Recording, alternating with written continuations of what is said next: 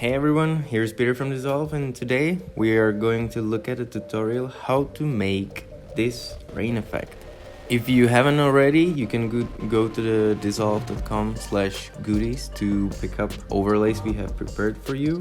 And if those are not what you're looking for, here we are to show you how you make your own personal rain that fits your footage exactly the way you imagine. So it's gonna be the same process how I created the original overlays, so you can just follow on or you can pause it whenever and create your own. So let's jump right here into Blender, which I chose because, well, it's a great tool and it's for free, so everybody can follow. But if you have your own 3D program of choice, you are free to use it. But here we are in Blender. So very easily we can just go ahead and here at the basic screen, we can press Shift A to add a sphere. We're going to lower the amount of polygons so we don't take too much of a memory to render this out, because this is going to be our drop. Let's model this first, and then we are going to scale it back to some kind of drop-sized object. Go ahead and hit Tab to go to the edit mode. Unselect everything by pressing Alt-A and zoom in a little bit. We will select this top, and here at the top we're going to select Sharp, and we're going to enable proportional editing, which is going to basically take not just the vertex we have chosen here, but also it will choose the other ones. We can hit Z to move along Z axis, and we're just going to stretch it up a little bit so we get this droplet shape. Once you're done, you just click away. You can click Tab to back to the object mode. Click right and shade smooth for smooth surface on the droplet. Just go ahead and create a material that's gonna be a quick one. We can name it water.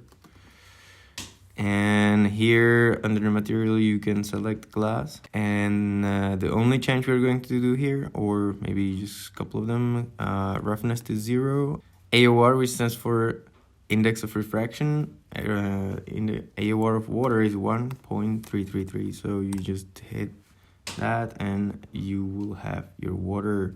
And now when we have the droplet, we can scale it down. So the dimensions, definitely that's too big for a droplet, so we can just scale it way down to something this, and we will edit it later on. Now we are going to move it away, and this is going to be our particle in the particle system we were just set up in a bit. Now we add a plane, which is going to be the emitter for the particles, and we can scale it up 10 times. Just to make it big enough so you don't see the edges of the cloud we are making here.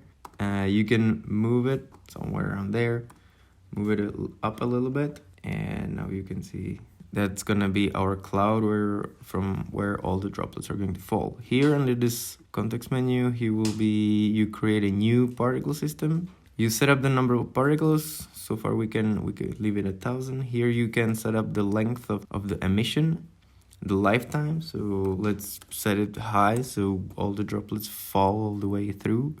And here under render, instead of halo, we're going to select object, and here we select sphere, which is easy to find, but of course better if you have the scene a little bit more complicated, you can name it. So we can see the scale was around 13 centimeters, which is still pretty big, so I would say that it's gonna be 1/10 of that, maybe even less, but let's try it here. That's it. You can just check here under field weights that the gravity is 1, which means all the gravity is affecting all the droplets. For now, we can bake this, which is great for rendering or just, cache the movement. But for that, we need to first save the file. So I will go ahead and save it here under tutorial. And now I can hit bake, and it's gonna bake all 250 frames into the memory. And when I move, you can see there is a rain. Another thing we can do, which I just noticed that I haven't done, is that we move the scale randomness to 1, because not all the droplets are the same. We can go ahead and add a force field, which is going to basically simulate some kind of force that is moving the moving the particles. In this case, I'm going to use wind.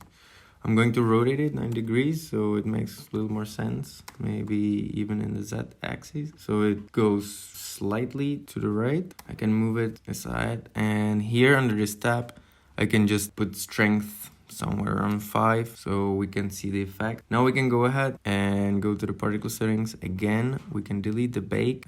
We can also don't show the emitter, and now I click bake, and we will see that particles are going to the right as the wind is affecting them all. That's what we want. So this is pretty much it when it comes to setting up the particle system. Now we are going to go, and so we can match our footage the best, we are going to need HDRI, which is basically 360 image that is going to simulate the lighting, and that helps a lot. You can go ahead and set up your own 360 image from the location where you were, or if you are using stock footage, you will go ahead and, for example, you can use HDRhaven.com, where you find all this great high quality free HDRIs, and you can just go ahead and download one that fits your footage the best. Of course, we're looking for something with clouds because that's where it's raining from. We're looking for something that is going to match the ground. So I will go ahead and use this one. And once you are in Blender, you can